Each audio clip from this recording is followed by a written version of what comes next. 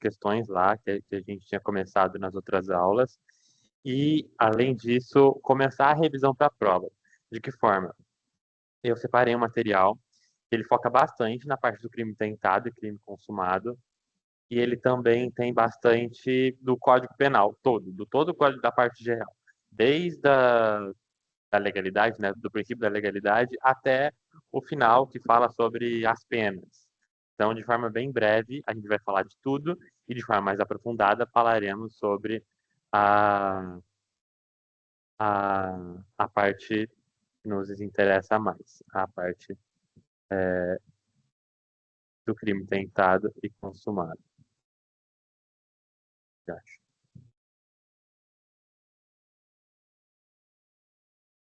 Por está tudo meio maluco. Apresentação. Vamos lá.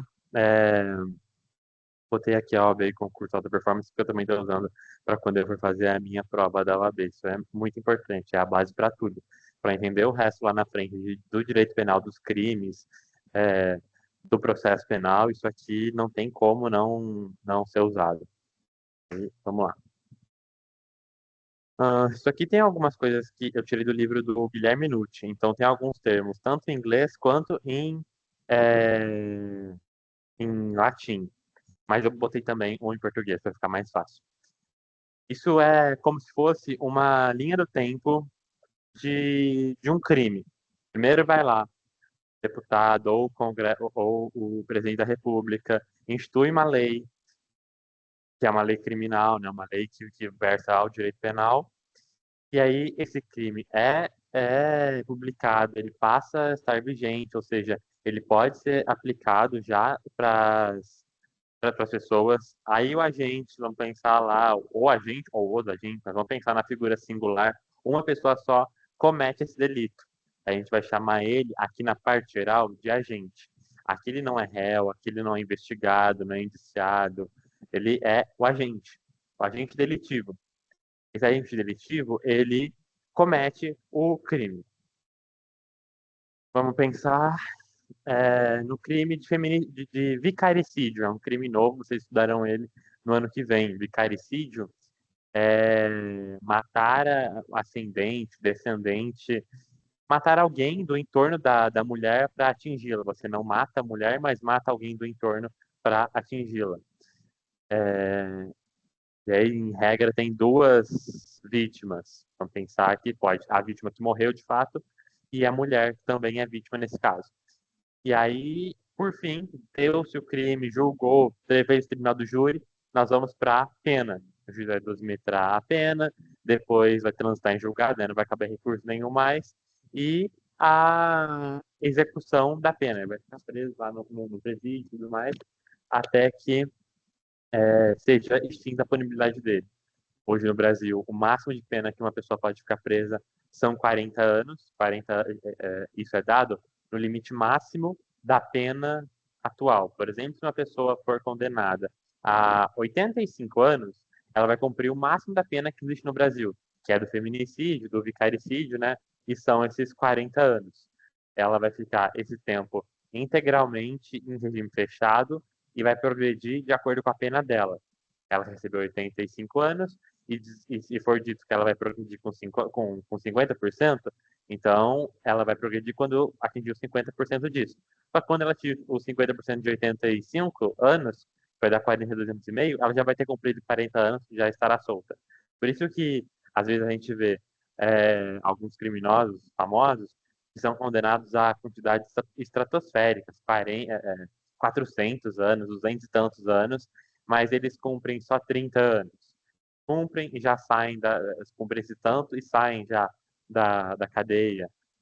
A princípio parece um afrouxamento, mas não, a pessoa fica todo esse tempo integralmente em regime fechado. Ela fica os 30 no regime passado, né, na lei passada, e os 40 anos atualmente em regime fechado. Ela ficará todo esse tempo em regime fechado. O próximo, a teoria do crime, isso a Luzia já falou, né? Na prova, muito provavelmente vai estar perguntando qual a teoria adotada no Brasil em relação aos crimes. E aí tem a teoria da atividade, teoria do resultado, da ambiguidade. Tem vários tipos de teoria que são adotados Brasil afora. No Brasil, é a teoria da atividade, ou seja, o que acontece. O que a gente usa muito como exemplo é: alguns de vocês não têm 18 anos ainda, alguns de vocês têm 17 anos. Meu chefe, por exemplo, entrou na faculdade com 16. Entrou muito cedo.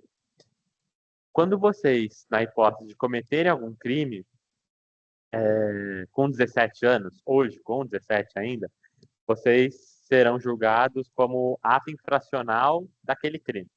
Ato infracional de homicídio, ato infracional de tráfico, ato infracional de roubo, de furto, enfim, qualquer crime sempre vem um prefixo, sempre vem alguma coisa antes de ato infracional. E aí vão pensar, o que significa esse ato infracional? Significa que aquela pessoa que cometeu o crime, ela não pode responder criminalmente. Ela não tem a capacidade civil, vocês aprendem, eu imagino, com o Chacon, para responder por todos os seus atos.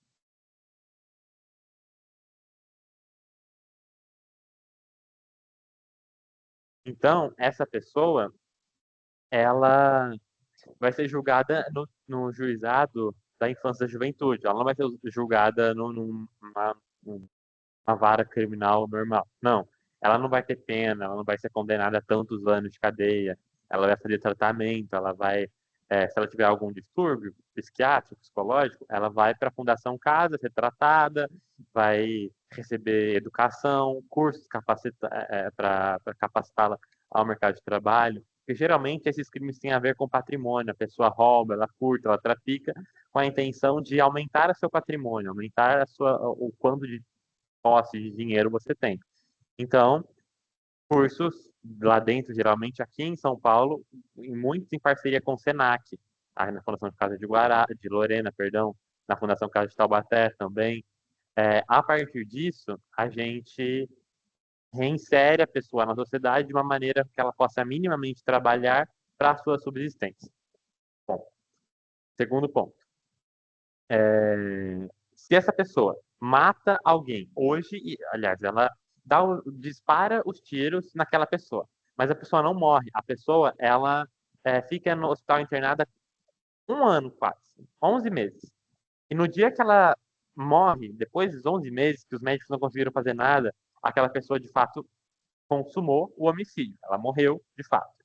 Então, em alguns países em que adotam a teoria do resultado, esse jovem, essa pessoa que estava respondendo por esse delito, ela responderia por crime. Ela responderia pelo homicídio consumado, porque ela de fato matou aquela pessoa. Já no Brasil, ele responderia apenas pelo ato infracional, porque é o que ele fez na hora, é a cabeça que ele tinha na hora. Dá para a gente pensar em duas coisas. Primeiro, a gente não pode ter consequências tão graves no futuro quanto a nossa cabeça, entre aspas, a nossa cabeça de adolescente. Não que nós não sejamos responsáveis pelos nossos atos, não é isso. Mas nesse caso do adolescente que comete o crime, exclusivamente para isso. Uma pessoa que tem 16 anos e pratica um ato infracional, ela tem chance ainda de ser reinserida na sociedade. Então, se a gente aplicar a teoria da atividade, porque o cara morreu, perdão, a teoria do resultado, porque o cara morreu 3 anos depois, a pessoa já está talvez até empregada, no começo da faculdade, ou seja, ela deu certo, ela está dando certo, ela não teve mais prejuízo a partir disso. E até porque se a pessoa continuar cometendo reiterados atos infracionais e depois cometer crimes, ela vai ser presa. Mas a tentativa é essa, de tentar buscar com que aquele adolescente melhore. E aí nós temos no artigo 4º a teoria da atividade. Vou pegar ele aqui para gente. Planalto.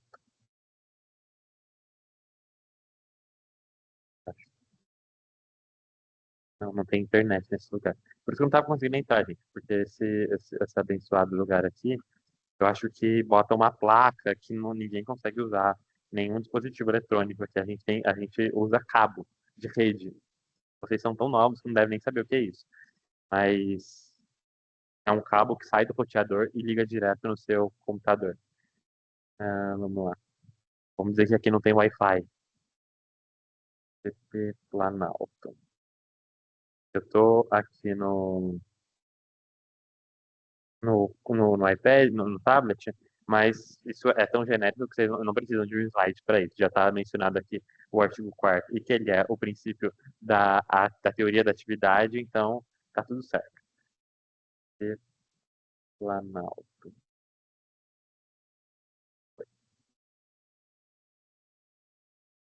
E aí temos o artigo 4º. Tempo do crime.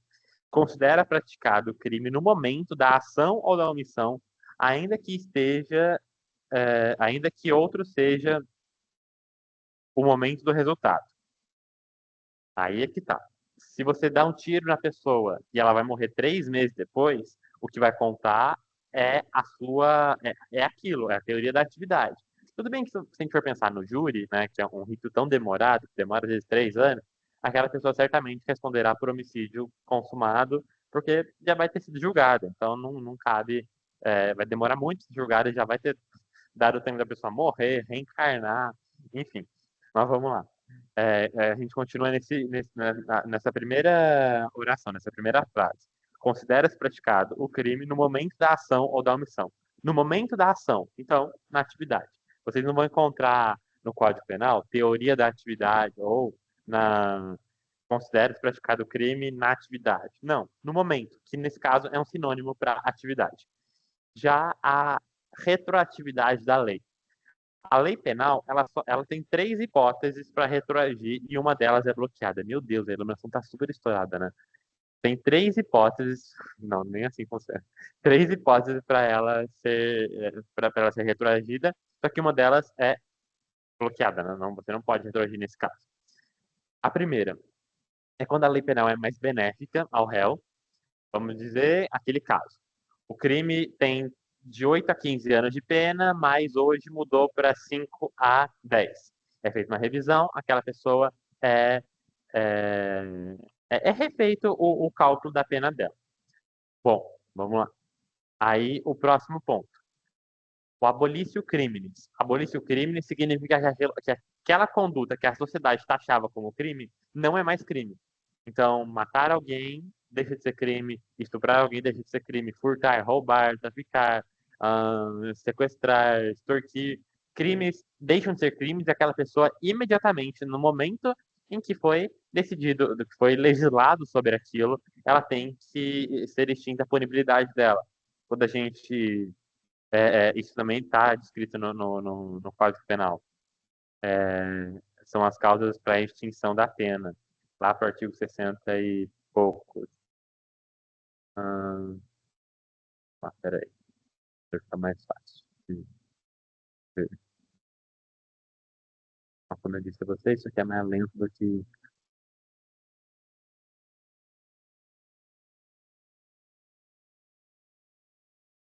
CT Planalto, UF,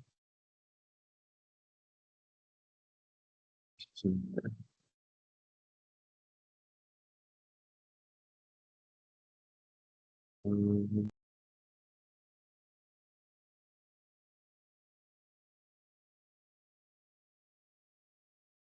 Punibilidade.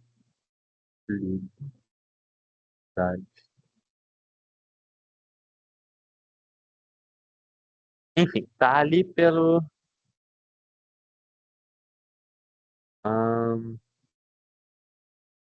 artigo. É bem no comecinho. Só que aqui no site não tá aparecendo. Mas vamos lá. E aí, esse fato deixa de ser crime. Então, a pessoa, ela é. Não dá pra falar nem que ela é descondenada nem absolvida. Ela é liberta porque a sociedade entende que aquilo não é crime. Ah, próximo, o terceiro, e o mais importante, é a novatio legis in tésios. Ou seja, a nova lei que prejudique. A lei penal, ela nunca, com todas as letras garrafais, nesse caso sim, pode dizer nunca, a lei penal nunca retroagirá, salvo para beneficiar o réu. Isso aí é princípio constitucional, não é só penal, é um princípio do direito constitucional. Quer dizer que, se um crime hoje tem pena de 8 a 15 anos, e amanhã ele passa a ter pena de 15 a 20, todas as pessoas que cometeram o fato dia 25 de maio ou anteriores a isso responderão pela pena mais branda, pela pena mais benéfica ao réu. Ou seja, a lei penal, ela jamais pode retroagir, pode voltar para prejudicar o réu. Então, a gente tem isso como novatio legis in pejus. Pejus vem de prejuízo, é retroatividade prejudicial. A gente só permite a retroatividade da lei penal mais benéfica, nunca a mais prejudicial. Vou botar aqui. Isso é bem importante. Atualmente, então, muito. Quando a gente pensa em direito penal, ele é a última, da última ratio. Vocês estão aprendendo a pirâmide Kelsen, né? Quando a gente olha aqui, vamos pegar e vou até trazer aqui para a tela. Pirâmide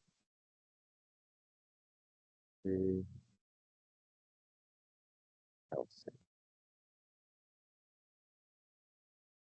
Essa aqui que eu gosto de usar bastante.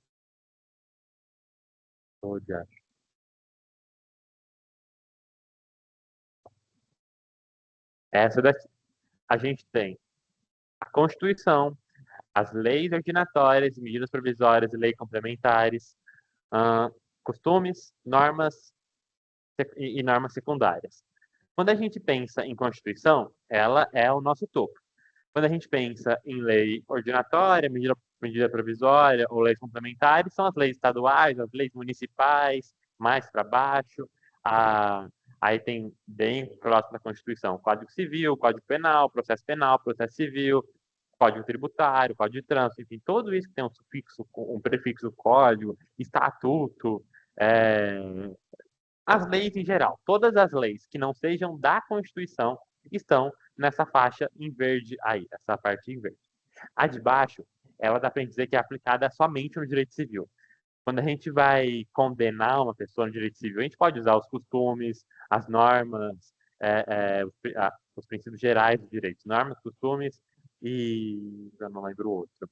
Mas enfim, são o que é rotineiro na sociedade. A gente entende, vamos pensar que vamos supor que não exija tipificação no Código Civil sobre dever dinheiro a alguém, mas a gente sabe que isso é errado. Aí, então, o juiz vai decidir por forçar aquela pessoa a pagar a dívida. Quando a gente pensa no direito penal, nunca nunca isso vai acontecer. De maneira alguma isso vai acontecer. No direito penal, vocês podem ter a certeza de que retroatividade penal não existe. Não existe assim, de forma alguma. Não tem como ou usar costumes, normas, entendimentos diversos à lei penal. O Código Penal, o que está, de novo, meu exemplo, o que está escrito nesse caderno, que digamos que é o Código Penal, tudo que está aqui, tudo que está escrito, não vai aparecer de novo, mas tudo que está escrito aqui é crime. Tudo que está escrito aqui é crime. Se tiver alguma coisa fora desse caderno, não pode ser considerado crime, a pessoa não pode ser condenada, tendo em vista aquele princípio de não há crime sem lei anterior que o defina e não apenas sem prévia combinação legal. A combinação legal diz respeito ao processo, tem que ser um devido processo legal até que a pessoa seja condenada e presa, enjaulada, como você quiser falar. Já a primeira parte, não há crime sem lei anterior que defina, ou seja, para a pessoa ser punida, o fato dela tem que ter acontecido antes da legislação. E aí a gente volta aqui. Significa exatamente isso. Aqui embaixo a gente vai ter o direito civil, a execução e tal. E aqui em cima, no topo da pirâmide, a gente vai ter o direito penal. Se uma pessoa te passa um cheque sem fundo, por exemplo, a primeira coisa que você vai fazer é buscar um advogado civil para fazer uma execução de título extrajudicial, execução de título judicial, para aquela pessoa te pagar. Primeiro você busca alternativas para que satisfaça o pagamento, por exemplo, para que satisfaça aquilo, e só buscaremos direito penal em última ratio, em última hipótese, em última instância, na última circunstância, nós buscaremos direito penal. E aí a gente pensa de novo nesse formato de pirâmide. A gente, muitas das vezes, utiliza muito a regra, vamos para a delegacia registrar tal coisa, para muitas das coisas que poderiam ser resolvidas extrajudicialmente num cartório, num Sejusc, que é um centro de conciliação, tentar conversar para que satisfaça aquela, aquele desentendimento e não levar ao direito penal. É literalmente como fosse um funil com filtro. Vai tendo várias camadas de filtro nele. Dá para processar no cível? Vamos. Dá para exigir o pagamento no cível? Vamos. Dá para fazer tal coisa no cível? Vamos. E assim, lá, como está aqui na imagem mesmo, na última beirinha que vai sair o resultado, usa o direito penal. E aí a gente tem um exemplo muito prático, isso não é ideológico, eu não estou defendendo ninguém, pelo contrário, eu tenho zero apreço pela pessoa. Mas temos aí a advogada, né, Deolane, que está presa.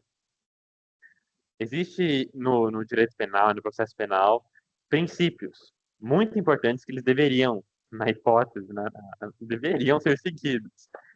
Quando a gente pensa em última ratio, vale para as prisões também. No futuro vocês verão que prisão preventiva ela é a última das medidas. E para entender isso, a gente vem com o seguinte: ela é indiciada por lavagem de dinheiro e organização criminosa. Organização criminosa é crime subsidiário.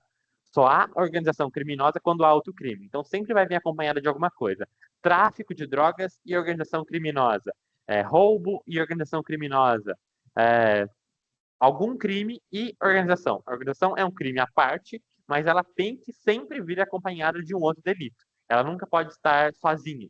Ela tem que estar junto com outro. Ela anda grudada, sabe? Não tem como uma pessoa ser processada somente por associação criminosa. Enfim, isso vale também para o processo penal, para as prisões.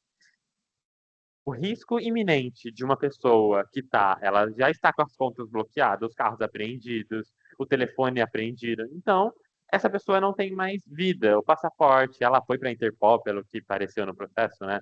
Então, estava literalmente sendo procurada por Deus e o mundo. Essas prisões, esses excessos, fomentam a ideia do que o direito penal não resolve. Daqui a pouco, por ilegalidades, talvez cometidas no processo penal, com data máxima vênia, com todo respeito a quem trabalha no processo, vai ser derrubada por um advogado que tem um mínimo de consciência, um desembargador que tem um mínimo de consciência, um ministro do STJ ou do STF que tenha uma boa consciência, e a sociedade fomenta o que a sociedade pensa. Tá vendo? O crime compensa. A pessoa foi presa ontem, hoje está solta. Gente, a última ratio seria a prisão preventiva. Aliás, a prisão dela é cautelar, ela não tem nem denúncia. Vocês vão saber a diferença mais para frente. Prisão cautelar é quando está na delegacia ainda. Prisão preventiva é quando já tem processo, já foi denunciada, já está respondendo criminalmente por esses crimes. Vocês vão entender a diferença. É bem chato, mas eu adoro. Por isso eu estou aqui na Defensoria, né, gente? E aí a gente tem o filtro 1, que seria esse, da intervenção mínima, no meio. A insignificância, causas que têm uma relevância jurídica inexistente. Tem ali as contravenções penais. Poxa, se alguém te dá um tapa na cara, você acha mesmo que aquilo é tão ofensivo aos seus pruridos morais, à sua honra, à sua integridade física, a ponto de processar aquela pessoa? Nem no civil, nem no criminal, cara. Tem tanta coisa mais importante de se preocupar, tem tanta coisa mais útil na sua vida, que se preocupar com contravenções penais nessa, nessas. Ai, sabe, são coisas que são tão sem necessidade de ser levadas ao processo penal que elas são consideradas banais, sabe? A pessoa tem razão, ela de fato tomou a contravenção, tomou a porrada, leve, né? Claro, mas não precisa disso. E aí, a adequação social, conduta amplamente aceita pela sociedade, que não pode ser considerada materialmente típica. Isso aí é autoexplicativo, não precisa nem continuar. Então, vamos voltar para cá. E aí nós temos essa engrenagem muito linda que o Notebook LM fez. Que ela gira entre fato típico, ilicitude e culpabilidade. Essas três coisas têm que andar junto. Não tem como ter ilicitude sem fato típico e não tem como ter fato típico sem culpabilidade. Elas literalmente andam. Quando uma engrenagem gira, a outra também girará. Aí a gente tem Fato típico como conduta, resultado, nexo causal, tipicidade formal e material. A ilicitude como fato, além de ser típico, ele é ilícito. O fato é conhecido pelo direito penal e tem a pena. É até impossível imaginar que o Congresso Nacional, né, os deputados fariam uma lei penal que não tenha pena, ou seja, a pessoa fez algo de errado, mas não tem punição.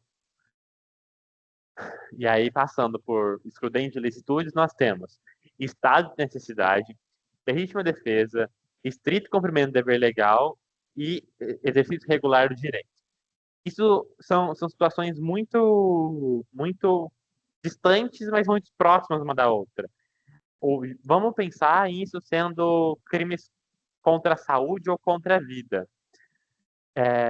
Quando a gente pensa em homicídio ou lesão corporal, a gente tem essas 4 possibilidades todas juntas. Não tem maneira mais clara de dizer de um crime, dizer essas 4 formas, senão em homicídio ou lesão corporal.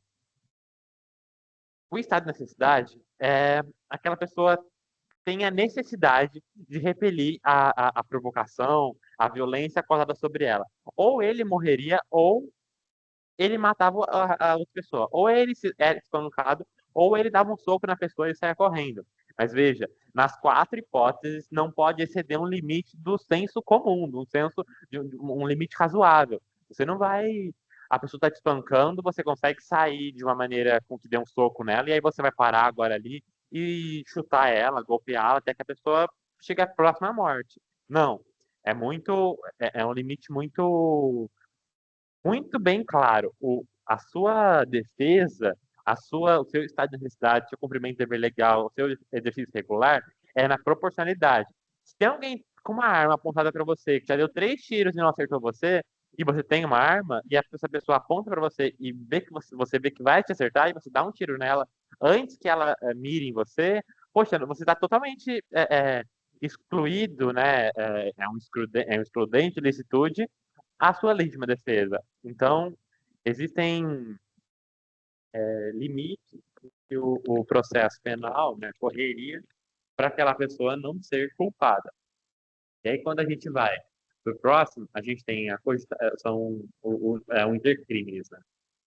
E nisso é uma boa virada, um bom ar contínuo. Quando a gente pensa no Brasil, nós temos aí o intercrime, com 4 fases. A gente tem a cogitação, que ela nunca é culpada. Ninguém é culpado por cogitar algum crime. Cogitar crime, via de regra, não é conduta ilícita, não é tipificado quando a gente volta aqui. Ele não é um fato típico, não é ilícito e não é culpado. Pensar, mas o limite é esse, o limite de eu pensar que é a tua cabeça. Não pode internalizar, ela não pode sair da sua cabeça e você dizer que quer fazer isso, ou você começar. Se você começar, já tem a execução. Mas vamos pensar no dizer. Você não pode dizer, você não pode fazer posts no Instagram, não pode fazer um post no Twitter, quero matar essa pessoa. Isso aí já é um crime, já configura crime. Internalizar a sua cogitação, internalizar a sua vontade, configura ato ilícito. E aí, quando a gente vem para preparação, ela, em regra, é impunível. Ela, em regra, não é punível. Via de regra, atentem-se, não é punível a preparação. Veja, por quê? Quando a gente pensa em preparação, ela pode ter várias formas. Você pode estar, pensou, começou a andar até o outro lado de um estádio, por exemplo, e vai matar o torcedor da torcida rival. Você cogitou e está andando. Andar não é crime, isso é a preparação. Você está andando para alcançar a sua futura vítima. Você não tem porte nem posse de arma, você não pode nem ter arma na sua casa e nem sobre o seu porte. Não pode ter um coldre, uma arma grudada com a cintura. Se você está no estádio, mesmo assim, com essa arma, isso já é crime. Neste caso, ela seria passível de culpabilidade. Você poderia, aí sim, aí existe, está lá no Estatuto de Armamento, artigo 14 e 16 do Código perdão, do Estatuto de Armamento, que é ter a posse ou porte de arma de uso restrito ou uso permitido ou proibido, enfim, tá lá tipificado. Existe tipificação para isso. E aí a pessoa comete esse delito. Quando a gente pensa em execução, aí que se divide. É como se tivesse, deixa eu dar, é como se tivesse aqui, assim, isso aqui, aí aqui, certo? Uma linha para cá e uma linha para cá. Exatamente nessa divisão aqui, é a execução. E aí, diz-se o crime. Se consumado, ele está aqui. Se tentado, ele está aqui. E aí, qual é a diferença? Se a pessoa tenta matar, ela está, obviamente, aqui. Se ela mata de fato, ela está aqui. É justamente isso. O prefixo, tentativa de homicídio, tentativa de roubo, tentativa de furto, sempre está aqui. Mas vejam uma coisa muito importante. A tentativa, ela é sempre punível. Mas, se você está aqui na execução e você deu 3 tiros na pessoa e não acertou nenhum, pegou de raspão um tiro, a sua conduta, ela pode ser reduzida de 1/3 a 2/3. É isso que vai ser reduzido na sua pena na fase da dosimetria da pena. Beleza. De 1/3 a 2/3 será reduzida a sua pena. O quão mais próximo você está do item 1, da cogitação, mais será reduzida a sua pena. E o quão mais próximo a pessoa você ficou, você descarregou um pente da arma, são 10 tiros de uma 9mm, e você descarregou na pessoa. Ou seja, você chegou muito perto, mas por milagre, a pessoa tem um santo muito bom, ela não morreu. Então, você terá a redução mínima da pena. No caso, 1/3. Por fato totalmente alheio à sua vontade, ela não morreu. Mas se fosse da sua vontade, essa pessoa estava empacotada, estava morta há muito tempo. Vamos lá. Acabamos ali. Regra. É o que diz. A pena do crime consumado, quando a gente pensa em homicídio qualificado, de 12 a 20 anos para a punição dela. Gente, se tiver muito alto, vocês falam, tá? Eu às vezes me empolgo, começo a falar alto mais. Então, o quão mais próximo daquele crime, e a gente tem aqui, crimes de atentado, a exceção onde a tentativa é a consumação, tem a mesma pena. Vamos dar outro exemplo prático, adoro usar exemplo prático. O ex-presidente Jair Bolsonaro, ele foi processado criminalmente pelo crime de tentativa de abolição violenta do Estado Democrático de Direito. O artigo 359-L do Código Penal. É o capítulo 2, crimes contra as instituições democráticas. Abolição violenta do Estado Democrático de Direito. 359-L. Tentar, com emprego de violência ou grave ameaça, abolir o Estado Democrático de Direito, impedindo ou restringindo poderes constitucionais. A opinião nossa, a opinião popular, pouco importa. Vamos pensar no que aconteceu. Manifestantes invadiram Brasília e quebraram vidros, quebraram partes, destruíram o plenário da STF, invadiram o Congresso Nacional e também destruíram parte do Congresso Nacional, o mesmo com a presidência, né, com o Planalto.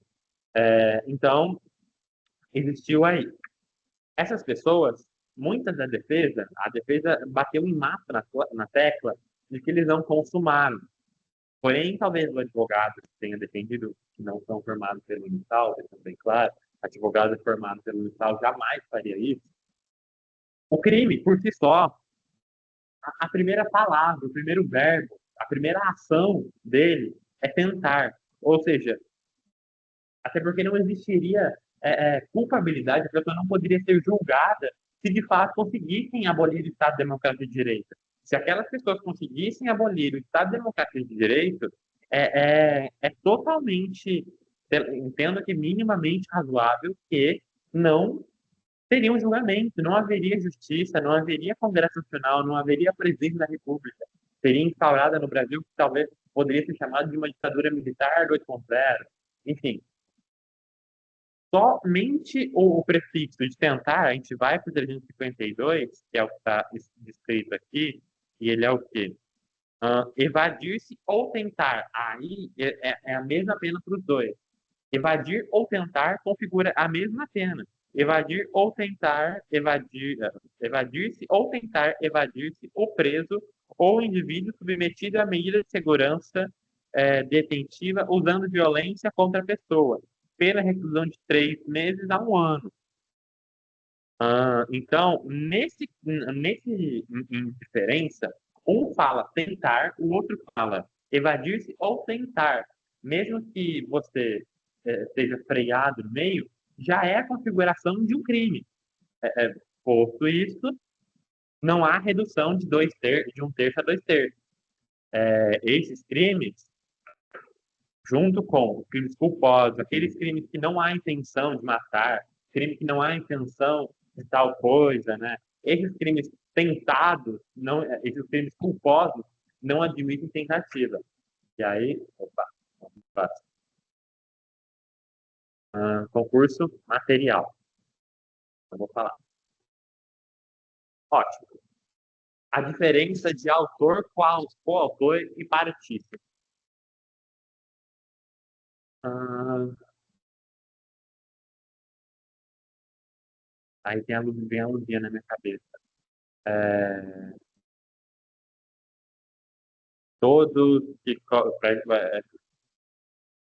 Vamos lá. Todos que concordam.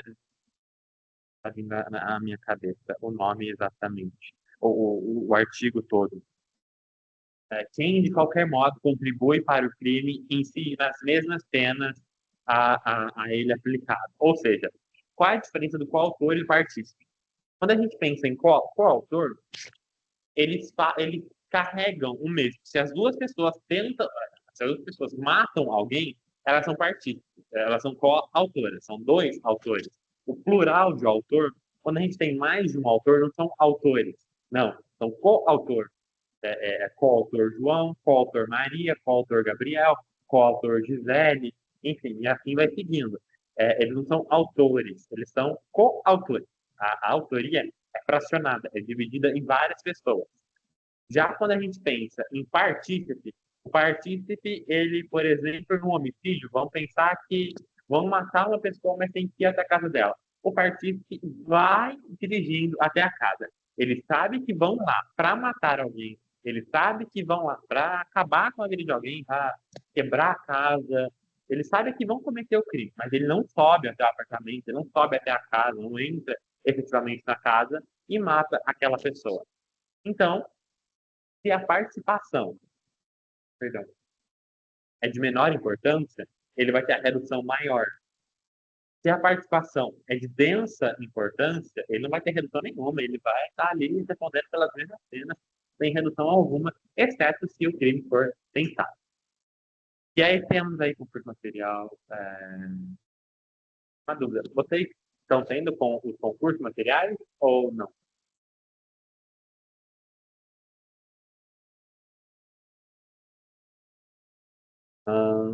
2 meses da pena? Achei interessante. Mas vamos lá para o radar do artigo 59. Não. É até que interessante, mas não. Não para agora. Tá. Então, aqui já vai direto para as perguntas. Extinção da punibilidade. Aí, aquele artigo 107. Hum, também estava aqui, não. 107. Extinção da punibilidade. Eu vou até trazer isso para vocês, quando a gente volta a falar lá daquele primeiro. Extinção da punibilidade. Extingue-se a punibilidade, inciso terceiro, pela retroatividade da lei que não considera o fato criminoso. Aquela lei penal que não considera mais o fato criminoso extingue a punibilidade. Então, a lei penal poderá ser retroagida da forma de extinção da punibilidade para esse caso. Nesses casos, serão, e estão descritas no artigo 107 do Código Penal. E agora, vou abrir o abrir com vocês as questões. Tá?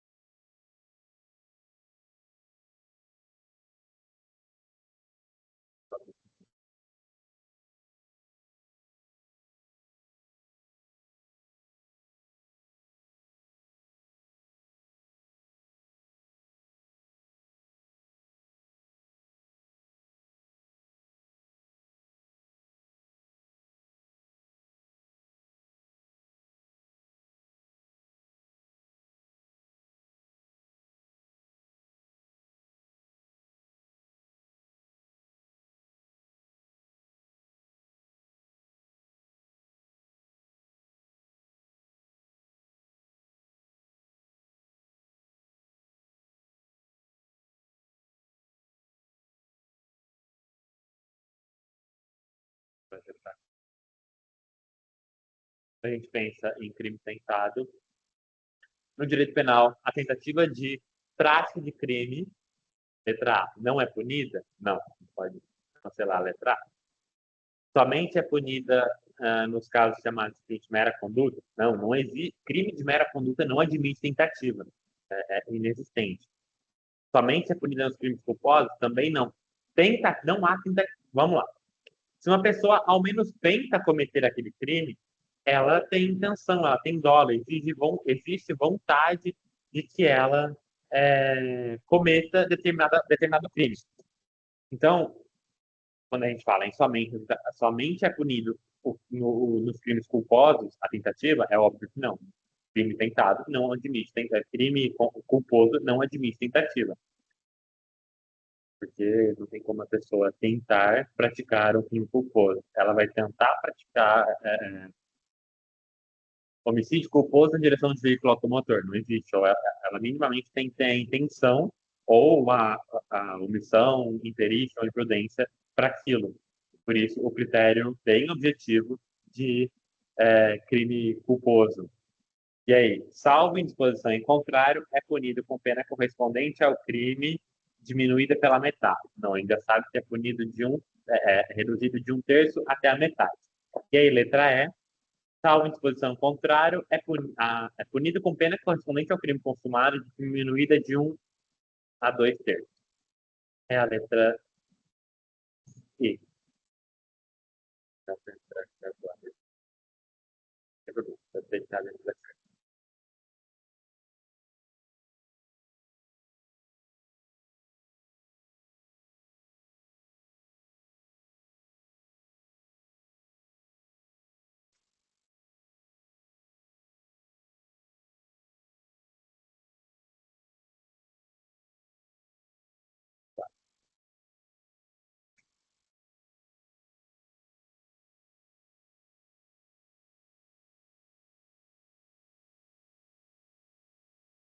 Esse pode dar certo. Eu assino o concurso. Por enquanto, para vocês, não é tão essencial. Mas a partir do próximo ano, é bem baratinho. Às vezes tem plano vitalício, você vai pagar uma vez só e vai ter acesso até o final da existência dele ou da sua vida, se vier primeiro. E a gente resolveu em E. É a correta. É bem fácil. E aí, voltando. Quando a gente pensa em o crime de furto é considerado consumado quando existe transferência de posse do bem furtado e essa posse é mansa, pacífica, por tempo suficiente a permitir que seja significativo, ou seja, a pessoa fica 3 dias com o bem, pensar no tempo razoável. A transferência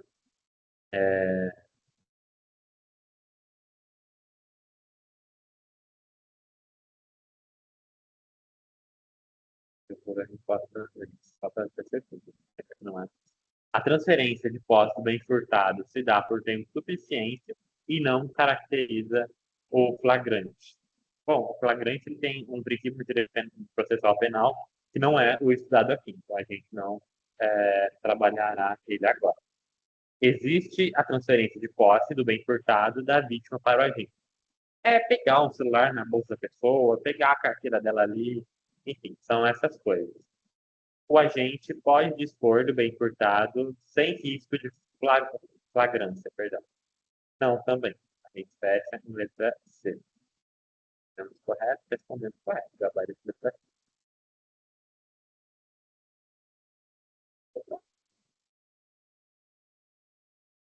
A tentativa. Sobre o intercrimes, é correto afirmar que, perdão, é da Defensoria Pública essa questão. Eu pedi para o defensor público, a gente está trabalhando com questões muito interessantes.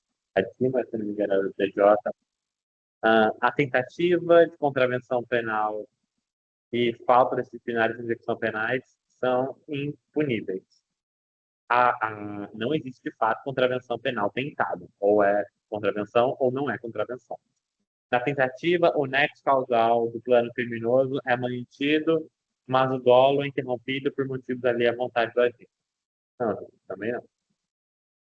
A cogitação é, em regra, impunível. salvo tipificação específica, como cogitar terrorismo. Sim, é a que eu pensaria a princípio. Ah,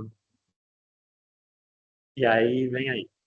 Os atos de execução, segundo a teoria do objetivo formal defendida por Franz von Sais, acho que é isso, iniciam-se com a veracidade e honestidade do bem jurídico tutelado pela norma incriminadora. Bem jurídico tutelado é quando a gente pensa, furto, qual é o bem jurídico protegido? É o patrimônio. Homicídio, bem jurídico protegido. É a vida, o aborto, a vida intrauterina. O homicídio é a vida extrauterina, a vida de fora do útero. A pessoa já tem que estar nascida para ser vítima de um homicídio, ou da tentativa dele. Ah, é isso, a norma, o bem jurídico, a gente chama mais para frente nas aulas de objetivo jurídico. É o que o direito tende a proteger. E aí, os atos da execução, já falando sobre isso, e a consumação do crime omissivo impróprio se dá com a superveniência do evento, claro que não. A letra C. Responde. Opa, eu não percebi que era a letra I. Uai, ok. Enfim, não gostei mesmo. O indivíduo fez uso de 4 folhas de cheque falsificadas no mesmo comércio e no mesmo mês, causando prejuízo ao proprietário que lhe vendeu diferentes produtos, acreditando na idoneidade dos folhos. Folhos é um primo, é um sinônimo de cheque. Nesse caso, em que a relação dos crimes é de uso de documento falso e estelionato, aplica-se os seguintes institutos penais. A gente não está trabalhando isso, então não está trabalhando com tudo. Com relação à lei penal, Com relação à lei penal, quanto ao crime, assinale a alternativa correta com base no Código Penal. E aí, ninguém pode ser punido por fato posterior que a lei deixa de considerar crime, cessando, em virtude dela, a execução, mas permanecendo seus efeitos penais. Letra A. Letra B. Diz-se o crime tentado quando inicia a execução e não se consuma por circunstâncias alheias à vontade do agente. Letra C. Considera praticado o crime no momento do resultado, que a gente já corta porque é na atividade. Omissão nunca será penalmente relevante. Não, isso é, sim, é a definição de possibilidade de definição dos crimes culposos. Nenhuma das dadas afirmativas está correta.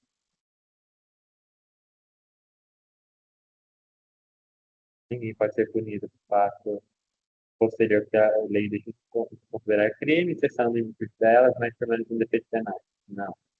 Diz um tentado quando de execução, mas não se consuma por circunstâncias ligadas exclusivamente à vontade do agente. Não. É a letra E. Eu tenho gabarito, tá? Então, eu tô fazendo junto com vocês. Literalmente trabalhoso. E aí vamos. Ser bravo, só certo é uma desgraça. Em cada item é uma desgraça, porque nos concursos dessa banca, quando a gente erra uma questão, anula a outra. Então, se eu acertar essa daqui, se eu errar essa daqui, anularia a outra que eu acertei. Em cada um dos itens a seguir é apresentada a situação hipotética seguida de uma assertativa, assertiva, perdão, a ser julgada. Túlio, de posse de uma pistola, atirou 5 vezes contra Flávio, com a intenção de matá-lo, tendo errado, mas poderia, em todas as ocasiões, nessa situação hipotética, houve uma tentativa cruenta. Ah, tendo errado. Se ele errou tantas vezes, não é cruenta. Lembra quando a gente usa.